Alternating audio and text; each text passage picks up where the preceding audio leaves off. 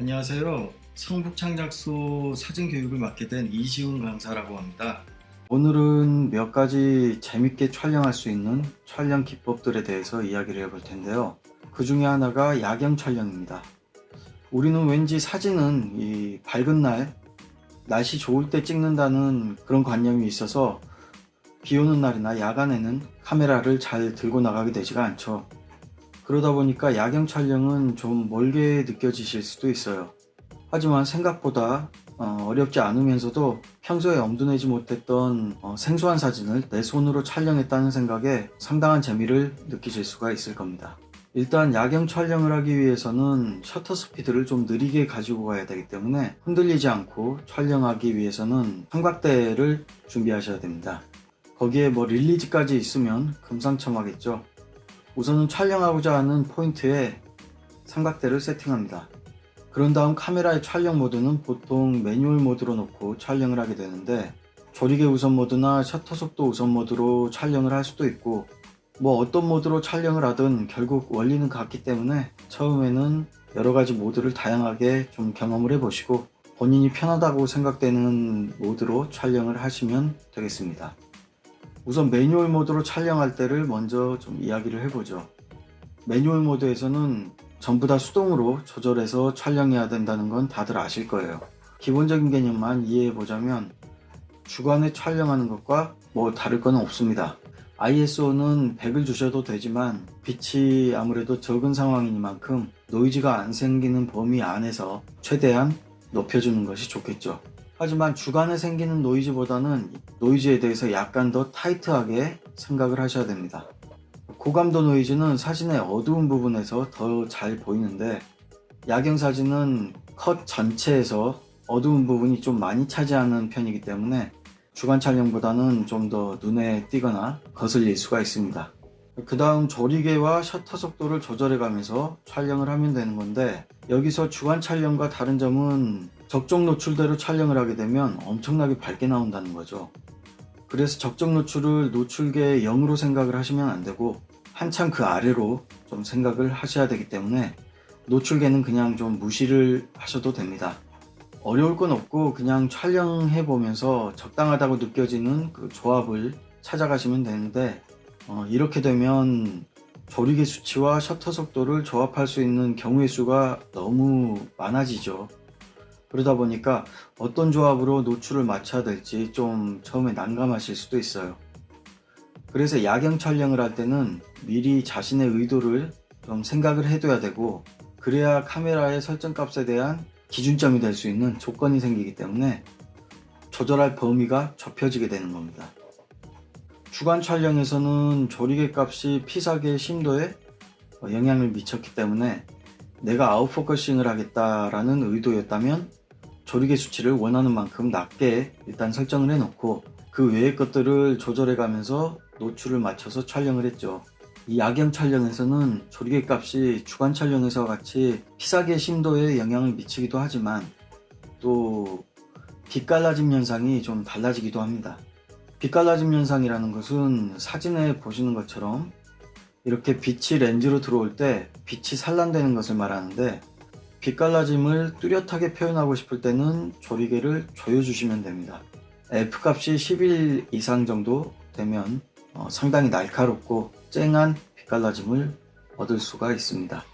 반대로 조리개가 개방이 될수록 빛 갈라짐 현상은 좀 줄어들지만 심도가 얕아지다 보니까 보케 효과는 좀 커지게 됩니다. 보케 사진이라는 거를 좀 처음 들어보셨을 수도 있는데, 보케 사진이라는 게 뭐냐면 어떤 배경이나 물체가 초점에서 많이 벗어나서 빛이 흐릿하게 빗망울처럼 나온 사진을 말하게 되는데, 보통 심도를 아주 얕게 표현해서 배경이 동글동글한 빗망울로 표현된 사진을 보케 사진이라고 이렇게 부르죠. 이건 우리나라뿐만이 아니라 외국에서도 BOKEH 이렇게 표기를 하면서 보케라고 발음을 해서 쓰고 있습니다. 그래서 미국 같은 경우에는 심도가 얕은 사진을 아웃포커스라고 이야기하면은 사실 못 알아들을 가능성이 커요. 근데 반대로 보케라고 이야기를 하면은 거의 대부분 알아듣습니다. 여튼 이렇게 조리개를 개방할수록 나타나는 심도의 표현이 사진 야경에서는 아주 예쁜 보케를 만들어줍니다. 조리개에 따라서는 이런 변화들이 있고, 그 다음 셔터 속도에 따라서는 주간에서처럼 움직이는 물체가 흘려지는 그런 효과를 주게 되죠. 근데 야경 사진에서는 주간 사진과는 약간 느낌이 다르게 빛들만 보여지기 때문에 사진에서처럼 빛이 흘러가는 이런 효과를 낼 수가 있습니다. 여기에서 셔터 속도를 느리게 가지고 갈수록 움직이는 빛이 더 길게 표현이 되겠죠. 이렇게 내가 어떤 표현을 할 것이냐 하는 의도에 따라서 조리개를 우선적으로 설정해야 될지 셔터 속도를 우선적으로 설정해야 할지가 결정되게 됩니다. 이렇게 촬영을 하시면 되고, A모드나 S모드도 마찬가지로 생각하시고 촬영을 하시면 되는데, 단지 이때는 반자동 모드이기 때문에 카메라의 노출계를 무시할 수가 없죠. 그래서 이럴 때는 지난 시간에 설명드렸던 노출 보정을 이용해서 마이너스 쪽으로 설정해 가면서 적당한 노출을 맞추시면 됩니다. 그리고 마지막으로 포커싱은 AF를 사용하셔도 되지만 또 어두운 부분에서는 AF를 잘 못 잡는 경우가 또 많기 때문에 매뉴얼로 포커싱 하시는 게 좀 더 편할 수도 있습니다. 이 정도 내용만 아시면 야경 촬영하시는 데는 크게 어렵지 않으실 거예요. 또 다른 좀 재밌는 촬영 기법 중에서 패닝샷이라는 게 있어요. 이것도 역시 사진을 보면서 말씀을 드리겠습니다. 패닝샷이라는 용어를 모르시더라도 이렇게 사진을 보시면 뭔지 딱 느낌이 오시죠? 이런 식으로 움직이는 피사체를 따라가면서 이렇게 촬영을 하는 방식인데, 이 움직이는 피사체는 좀 확실히 표현되면서도 역동적인 느낌을 얻을 수가 있는 그런 촬영 기법이에요. 이 패닝샷에서 가장 중요한 거는 사실 촬영 자세와 또 셔터 속도입니다. 움직이는 속도에 따라서 배경을 충분히 흘려줄 수 있을 정도의 느린 셔터 속도가 좀 필요하겠고, 이렇게 셔터가 열려있는 동안에도 카메라의 움직임이 계속해서 기록되기 때문에 카메라 무빙에 대한 약간의 요령이 필요하겠죠.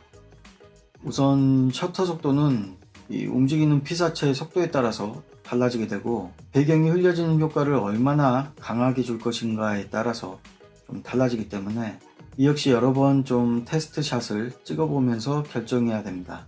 다음은 카메라 무빙이 좀 중요한데, 기본적으로 피사체 진행 방향으로 함께 속도를 맞춰 따라가면서 이렇게 촬영을 하면 되는데, 찍고자 하는 그 구간에서만 무빙을 해주는 것이 아니라 셔터가 열리기 전부터 미리 피사체를 포착하고 쭉 따라오는 도중에 자연스럽게 셔터를 눌러주셔야 됩니다.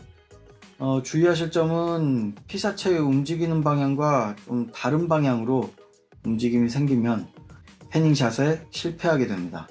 예를 들어서 좌측에서 우측으로 지나가는 물체를 패닝샷으로 촬영을 할 때 내가 좌에서 우로 무빙을 하는 거죠.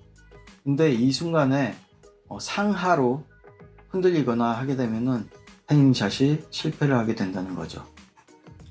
자, 이렇게 오늘은 흥미롭게 촬영해 볼 수 있는 몇 가지 기법들에 대해서 살펴봤습니다.